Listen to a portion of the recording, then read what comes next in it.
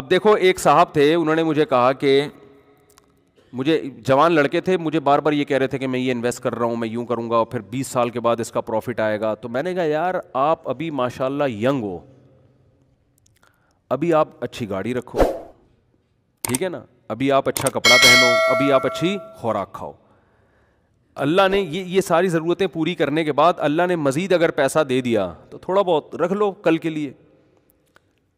تو پہلا فالٹ کیا ہے کہ کل میں کا یقین نہیں ہے. کراچی کا کوئی ٹرک اللہ نہ کرے کچل کے چلا جائے تو اسٹیکر بن کے سڑک پہ چپک جاؤ گے, کیونکہ ایسے ٹرک ہیں یہاں پہ. اچھا ان کو نظر بھی نہیں آ رہا ہوتا, یہ بائکوں والے, ان کو اتنے اوپر ان کے گلاسز ہوتے ہیں نا پیچھے دیکھنے کے لیے کہ وہ بائکوں والے نظر نہیں آتے ان کو. تو کل کا یقین نہیں ہے. اور دوسری بات یہ ہے کہ آج جو ہے نا آپ کی, وہ آئندہ کل سے کھانے کے لحاظ سے زیادہ اچھی ہے, تو اس لیے آج ہی کھا لو. کیا خیال ہے؟ تو بچانے کا جو کانسیپٹ ہے نا, بچانے کا, شریعت کا بالکل الٹ ہے. ہم بچانا اس کو سمجھتے ہیں کہ آج نہیں کھایا کل کے لیے رکھ دیا. اسلام اس کو بچانا نہیں کہتا, اسلام اس کو ضائع کرنا کہتا ہے. اسلام کہتا ہے جو پیسہ آپ کا تھا آپ پہ لگا ہی نہیں تو وہ آپ کا ہے ہی نہیں. بچانا یہ ہے, نبی کیا ہے بچانا؟ حدیث میں آتا ہے رسول اللہ صلی اللہ علیہ وسلم گھر تشریف لائے, امی عائشہ سے آپ صلی اللہ علیہ وسلم نے پوچھا کہ کچھ کھانے کو ہے؟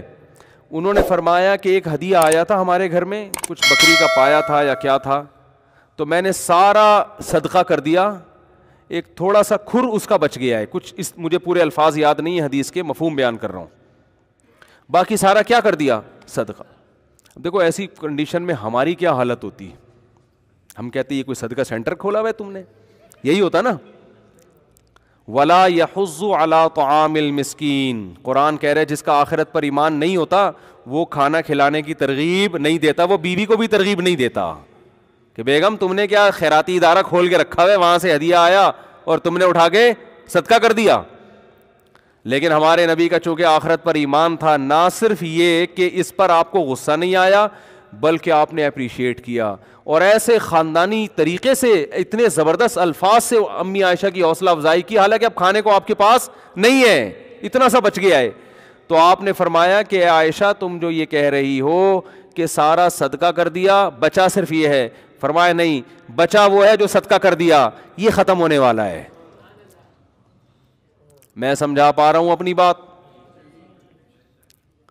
تو جس کا آخرت پر ایمان ہوتا ہے وہ کھانا کھلانے کی ترغیب دیتا ہے. کھانا تو محض ایک علامت ہے, مقصد لوگوں کی ضرورتیں پوری کرنے کی ترغیب خود بھی کرتا ہے, دوسروں کو بھی ترغیب دیتا ہے.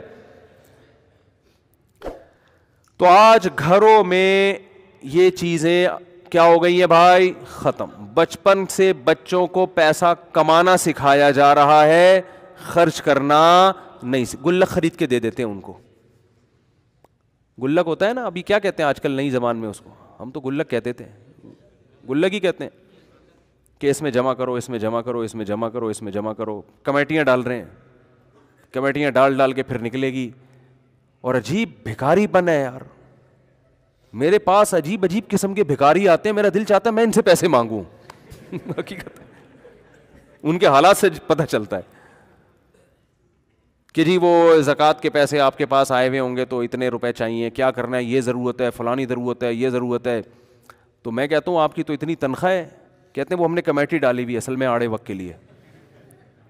جس آدمی نے کمیٹی ڈالی ہوئی ہے اس کا مطلب اس کے پاس تون بھرنے کے لیے ضرورت سے زیادہ ہے, تبھی تو نکل رہی ہے کمیٹی کے لیے پیسے نکل رہے ہیں. میں بھی بہت ڈھیٹ ہوں الحمدللہ اس معاملے میں, اللہ نے مجھے بڑا ڈھیٹ بنایا ہے. میری جیب سے پیسہ نکالنا آسان نہیں ہے, یہ بتا دوں. آپ سمجھ رہے اتنی سخاوت تو مفتی صاحب کے پاس جب جا کے مانگو ایک دم نوٹوں کی گڈی نکال کے دیں گے.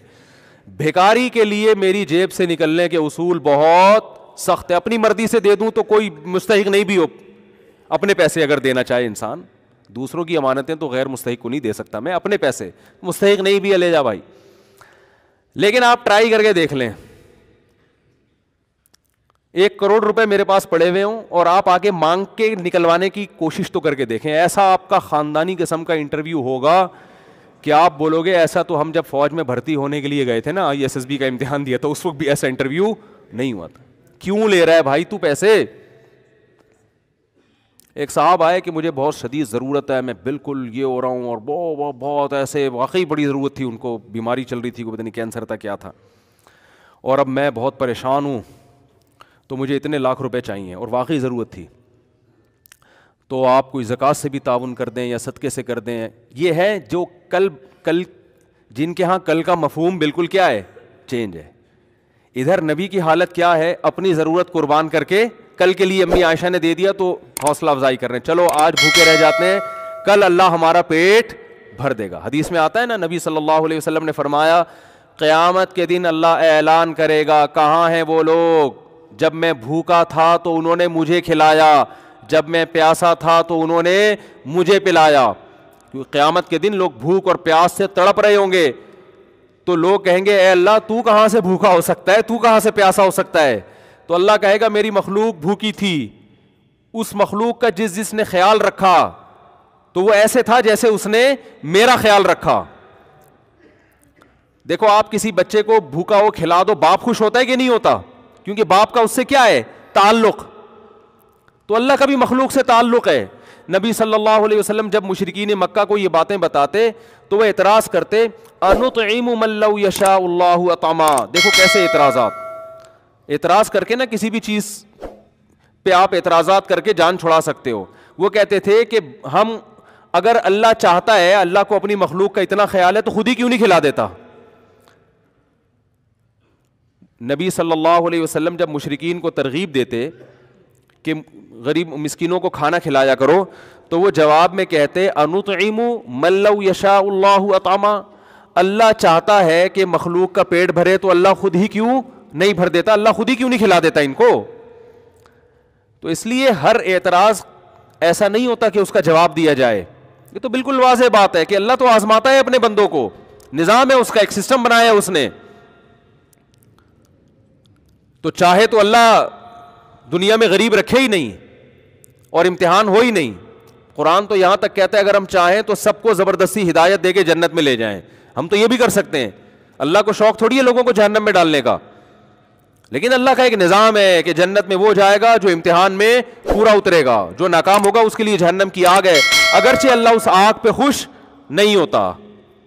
تبھی تو قرآن کہتا ہے ما یفعل اللہ بعذابکم, اللہ تمہیں عذاب دے کے کیا کرے گا, اس کو کوئی خوشی تھوڑی ہوتی ہے.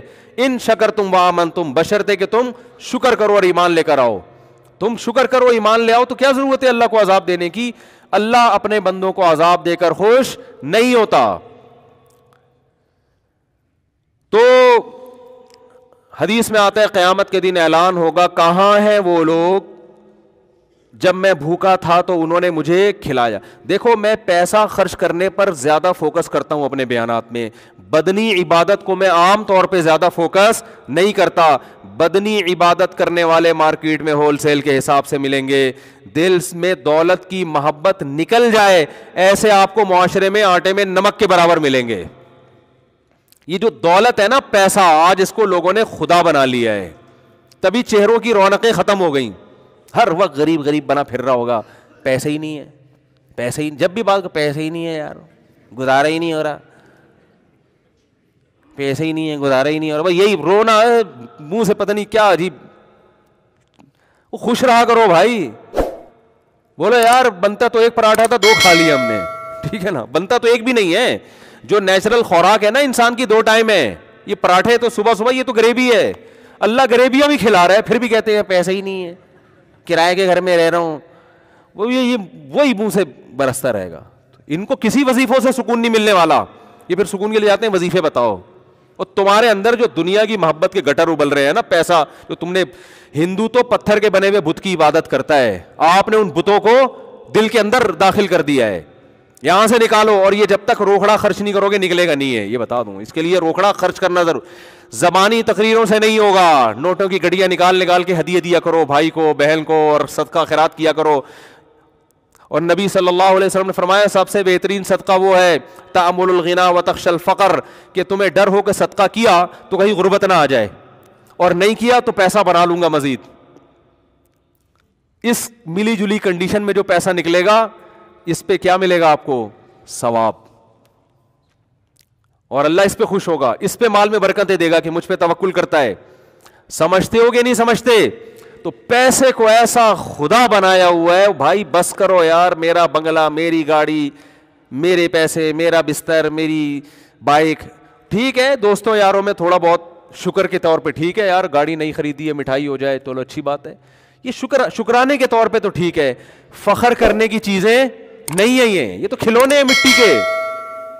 بچے کو آپ نئی سائیکل دلا دیں, دوستوں کے سامنے گھماتا رہے گا بھائی میری سائیکل, بڑے ہنس رہے ہوتے ہیں کہ اس کو کیا ہو گیا اتنے سے کھلونے پہ ہنس رہا ہے. تو بالکل جب ہم گاڑیوں پہ فخر کرتے ہیں نا 2-2 کروڑ کی, تو فرشتے ایسے ہی ہنستے ہیں, وہ کھلونا ہے مٹی کا, لوہے سے نکلا لوہا بن جائے گا تھوڑے دنوں میں, کباڑ میں بکے گی. یہ کھلونے چھین لیے جائیں گے آپ سے, مر جاؤ گے تو یہ گاڑی آپ کے وارث چلائیں گے, یہ گھر آپ کے وارثوں کے حصے میں آ جائے گا. تو وہ میرے پاس آئے اور کہنے لگے یہ ضرورت وہ ضرورت, میں مرا جا رہا ہوں, میں یہ ہو رہا ہوں, تو فلانا ہو رہا ہوں, تو اتنے پیسے چاہیے. تو میں نے کہا آپ کی گاڑی کتنے کی ہے؟ انہوں نے کہا گاڑی تو بھائی میری ضرورت ہے. تو میں نے کہا جو آپ کو بیماری آئی ہوئی ہے اس سے زیادہ ضروری ہے گاڑی. یہ لوگوں کی سوچ بتا رہا ہوں میں, اس کو سمجھیں, کیونکہ بیان جب تک مثال نہ دی جائے نا تو جو سمجھانا چاہ رہا ہے انسان وہ سمجھ میں نہیں آتا. اس لیے میں وہ جو ریئل مثالیں جو چل رہی ہیں مارکیٹ میں, جس طرح کے لوگوں میں چل رہا ہے حساب کتاب, میں نے کہا آپ کہہ رہے ہیں آپ کے پاس پیسے نہیں ہے کہ؟ میں نے کہا میرے پاس ہیں پیسے, میرے پاس پیسے ہیں لیکن آپ کو دینے کے لیے نہیں ہے. اتنا سچ بولنا بھی بڑا مشکل کام ہے. میں نے کہا میرے پاس پیسے ہیں مگر آپ کو دینے کے لیے نہیں ہے. آپ کا جو علاج کینسر ہے یا کچھ بھی ہے, میں اس طرح سے کسی کا واقعہ بیان کرتا ہوں کہ اس کے خوابوں میں بھی نہ آئے کہ میرا واقعہ بیان ہو رہا ہے, وہ نہیں پہنچے گا. جس کا واقعہ ہے نا میں کچھ چیزیں بدل دیتا ہوں اس میں, سمجھ رہے ہیں, تاکہ کسی کے پردہ دری بھی نہ ہو اور وہ خود بھی نہ اپنی بے عزتی محسوس کرے. تو اس لیے میں واقعے کے جو اہم پوائنٹ تو باقی رکھتا ہوں, باقی ساری کردار اور ادار سب چیزیں چینج کر دیتا ہوں میں. تو میں نے ان سے کہا کہ آپ اپنی گاڑی کو بیچ دیں. میں تو بغیر گاڑی کے کیسے؟ میں نے کہا W11 بہترین چیز ہے. W11 کیا ہے؟ بہترین.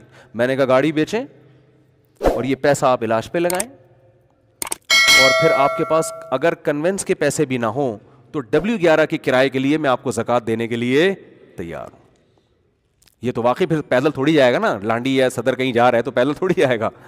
ویسے تو اصولی طور پر جو غیرت مند لوگ ہوتے ہیں وہ کہتے ہیں ہم پیدل چلے جائیں گے, W11 کا کرایہ بھی کسی سے نہیں لیں گے, لیکن پھر یہ اس کے لیے بہت زیادہ توکل چاہیے. چلو ہم اس کا مکلف نہیں بناتے. تو میں نے کہا کہ W11 ہے, چنچیاں بھی چل رہی ہیں. اب تو اللہ کا بڑا فضل ہو گیا, ایک چنچی سے یہاں سے پیٹرول پمپ پہ اتریں, دوسری بدل کے دوسری چنچی کھڑی ہوگی گرو مندر پہ, ٹرن مارا یہاں سے جیل روڈ کی طرف سے, شارٹ کٹ بنا ہوا ہے آج کل, ٹھیک ہے نا پہنچے آپ پڑے. لیکن اس کے لیے تیار نہیں ہوتے, لوگوں سے مانگ رہے ہیں. اللہ کی ایک عادت ہے کہ جس نے مخلوق کے سامنے ایک دفعہ ہاتھ پھیلا لیا نا تو بس دنیا میں ہم نے دیکھا ہے کہ پھر وہ پھیلاتا ہی رہتا ہے. اور حدیث میں آتا ہے من یستعفف, جس نے اپنی عزت کی حفاظت کر لی. کیسے؟ کہ ہاتھ نہیں پھیلاؤں گا کسی کے سامنے. اس کو کہتے ہیں عزت کی حفاظت. لوگ کہتے ہیں نا یار آج تک اس آدمی نے مانگا نہیں ہے کبھی.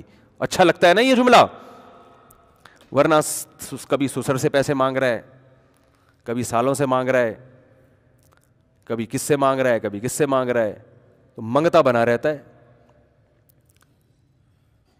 تو میں نے ان سے کہا کہ آپ اپنی گاڑی بولو بیچیں. ادھر ایک صاحب کسی کے 1.5-2 کروڑ روپے لے کے بھاگ گئے, تو مجھے کہنے لگے میں کہاں سے دوں بھائی, میرے پاس تو پیسے ہی نہیں ہے, میں جس سے میں نے قرضہ لیا ہوا میں تو دے ہی نہیں سکتا, تو میری مدد کریں. میں نے کہا آپ بالکل دے سکتے ہیں.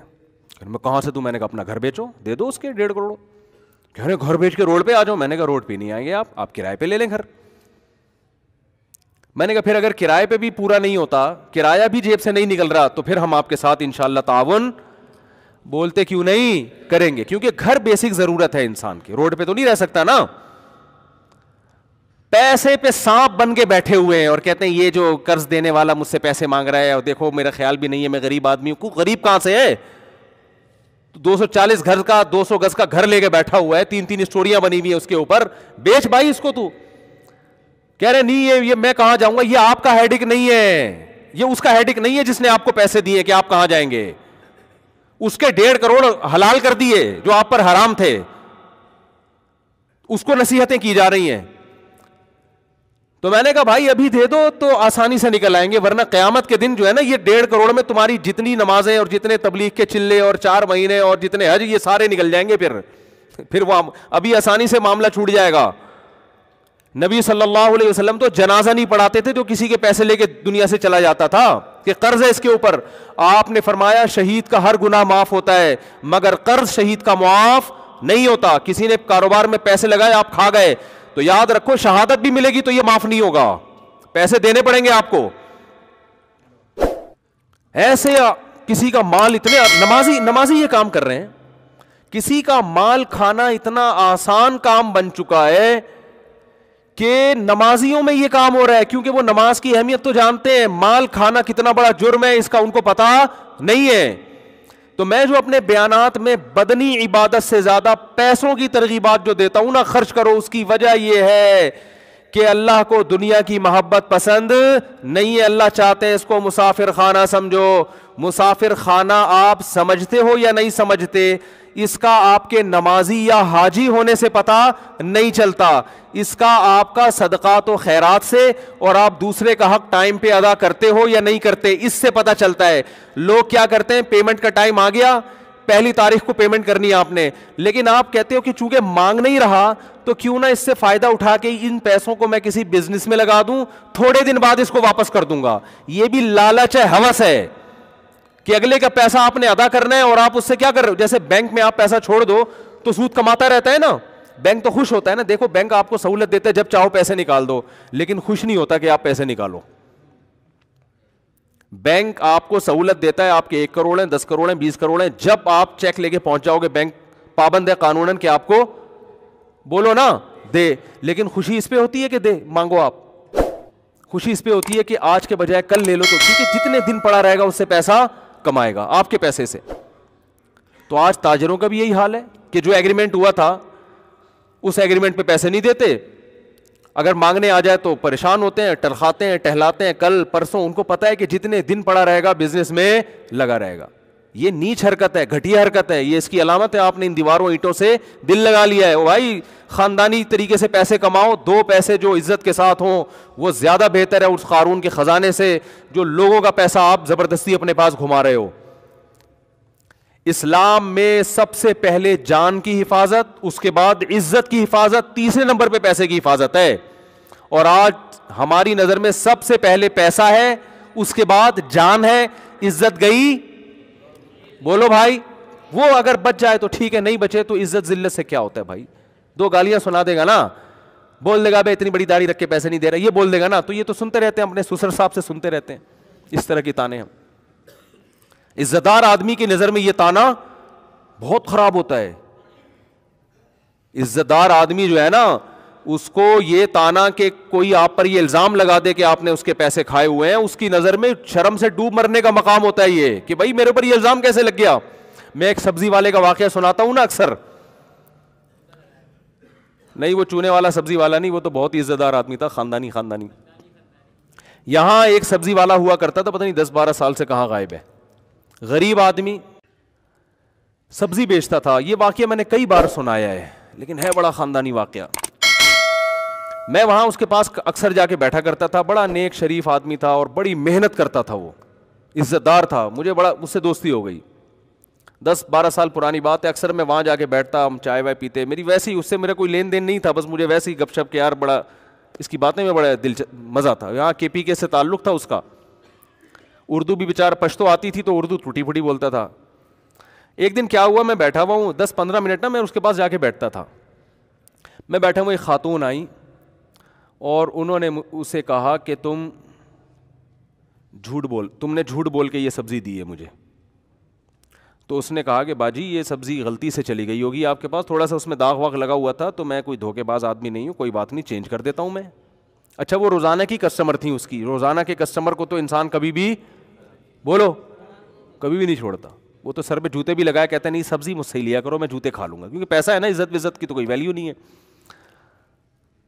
تو اس خاتون نے پھر کہا کہ نہیں تم نے جھوٹ بولا تھا, یا پتہ نہیں چور کا لفظ استعمال کیا یا جھوٹ بولا تھا, تم چور ہو یا جھوٹے ہو, کچھ اس طرح بولا. اس نے پھر کہا کہ باجی دیکھو یہ غلطی سے سبزی خراب چلی گئی ہے, میں ایسا ہوں نہیں, آپ یہ رکھ دیں میں دوسری دے دیتا ہوں. آپ تیسری دفعہ جب اس نے کہا نا کہ تم نے جھوٹ بولا تھا. اس نے کہا اب سبزی آپ کو نہیں ملے گی. حالانکہ غریب آدمی اپنے مستقل کسٹمر کو کبھی بھی بولو نہیں چھوڑتا. اس نے کہا میں نے اگر جھوٹ بول کے سبزی بیچنی ہوتی تو میں سبزی نہیں بیچتا.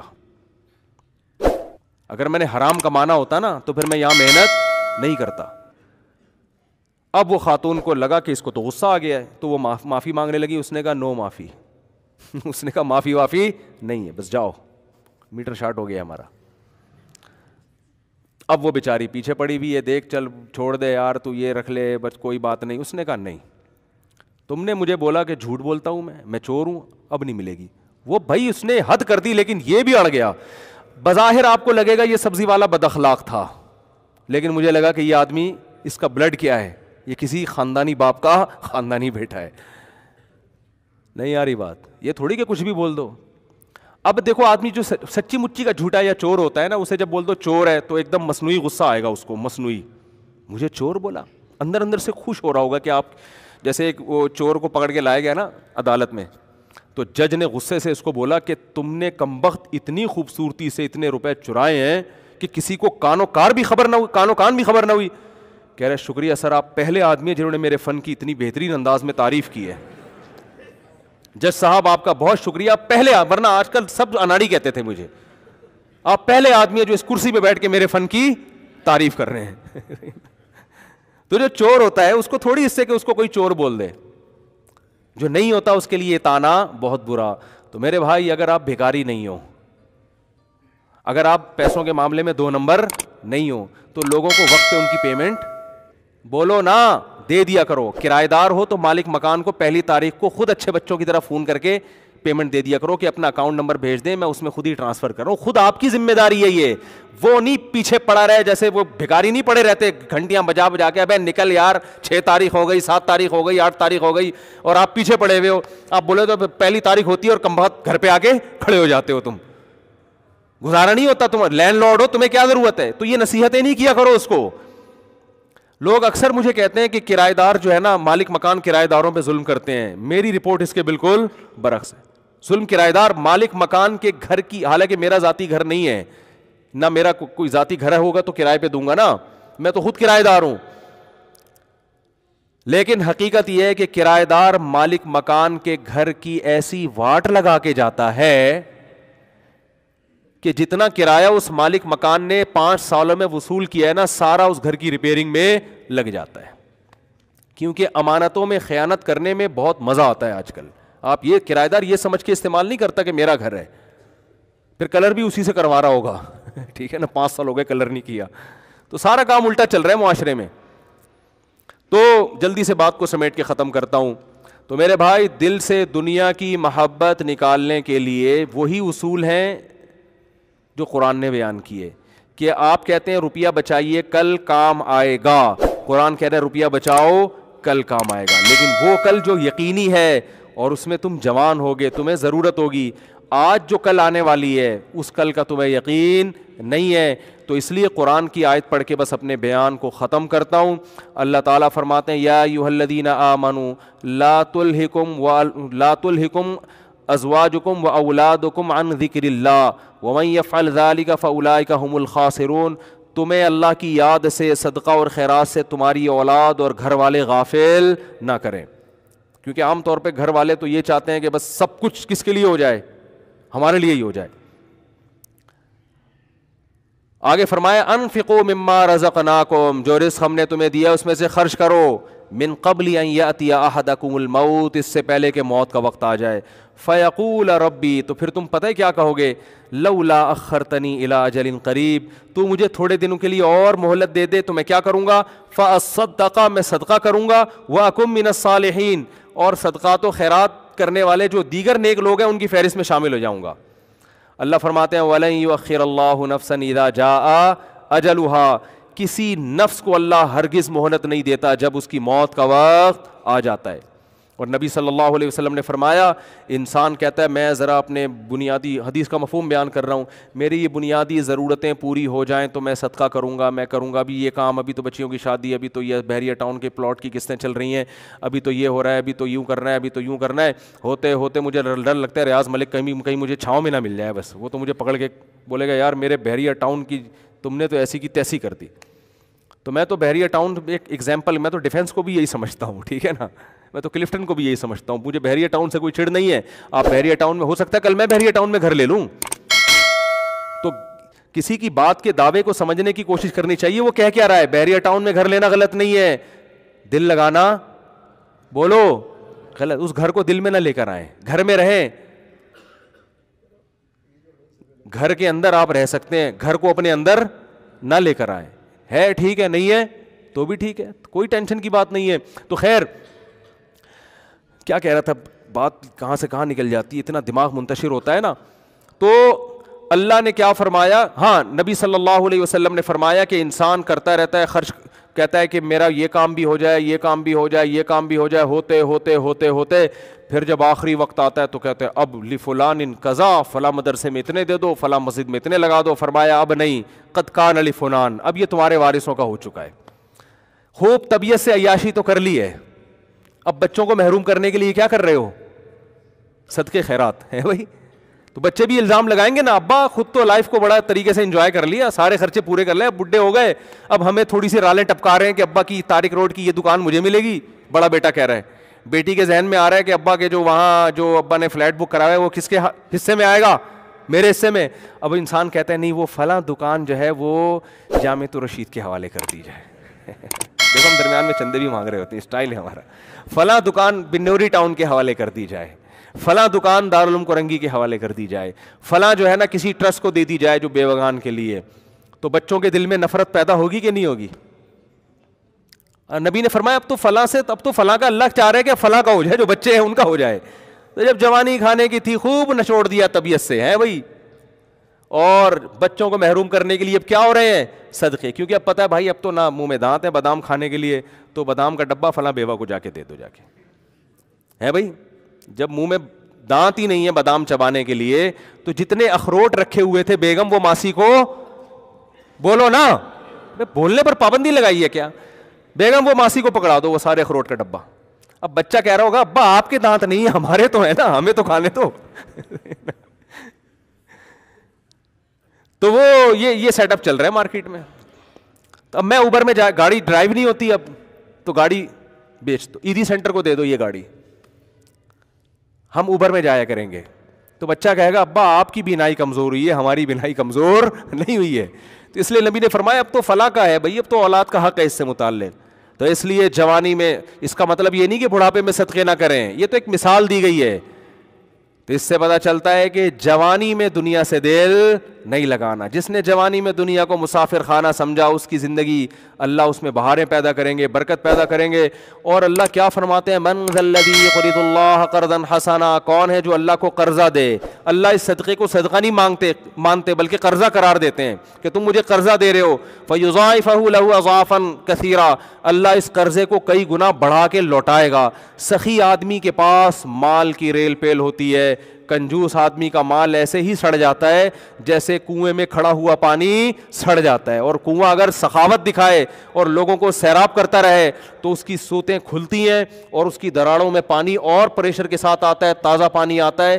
دیکھنے میں لگے گا اتنا پانی ہے, لیکن آپ نکالو تو صحیح, جتنا نکالو گے اتنا انشاءاللہ اس کنویں میں دوبارہ آئے گا.